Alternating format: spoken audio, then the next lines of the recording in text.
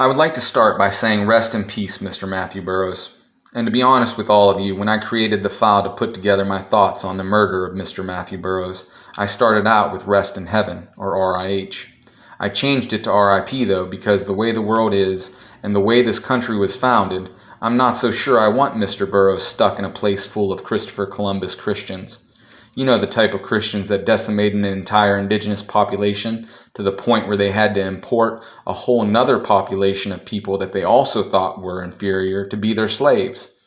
I'd be happy to tell you the story of original Americans at another time. I only make the reference because what I see going on today reminds me of the genocide the powers that be have been trying to sweep under the rug since 1492, just like they are doing with Mr. Matthew Burroughs' murder, or Breonna Taylor's murder, or too many murders to list here today. I personally find 21st century America far too close to what I learned about Nazi Germany from my hood-raised hippie self. I mean, we have brown people in cages separated from their children for simply coming to the land of opportunity. What the heaven happened to bring me your poor huddled masses that yearn to be free? What's happening sounds an awful lot like concentration camps to me. Then we have police shooting unarmed black people at an alarming clip. I'm pretty sure we only hear about the ones whose video evidence doesn't get destroyed.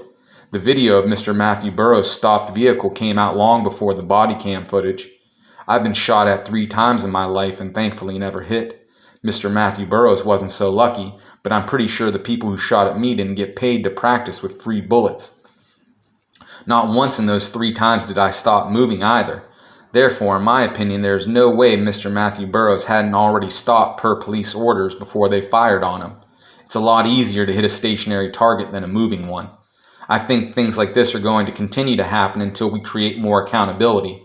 I asked Tim Ryan to fight for justice on Mr. Matthew Burroughs' behalf and gave him a blueprint to win the presidency that started with justice for black and brown people so us whites could live in peace alongside all of our different pigmented brothers and sisters.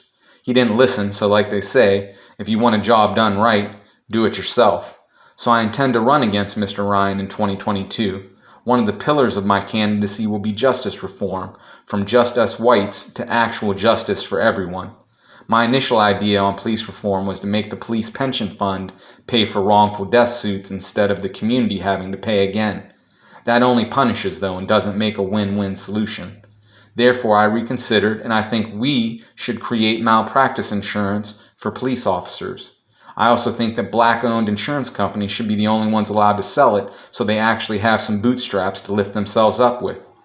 The establishment has failed us on this, and I don't think they should profit from their failure like they've done so many other times in history, as Wall Street corporations get bailed out over and over again, while we the people are left to squeak by on mere pennies. I also have economic and environmental justice ideas that center around non-profit, integrated renewable energy solutions, or empires for short. And when I'm eventually able to build empires, I want a portion of everything they make donated to a scholarship fund in Mr. Burroughs' name for educating the children of people who lost their lives to police violence. I can't go back and change the past, but I can envision a better and brighter future. Furthermore, I can work my lily white ass off to make it a reality. I love all of you enough to do that and to never give up. I pray good will conquer evil and love will conquer hate. Manaz, in Lakesh, Namaste, Ubuntu, love. A little love goes a long way.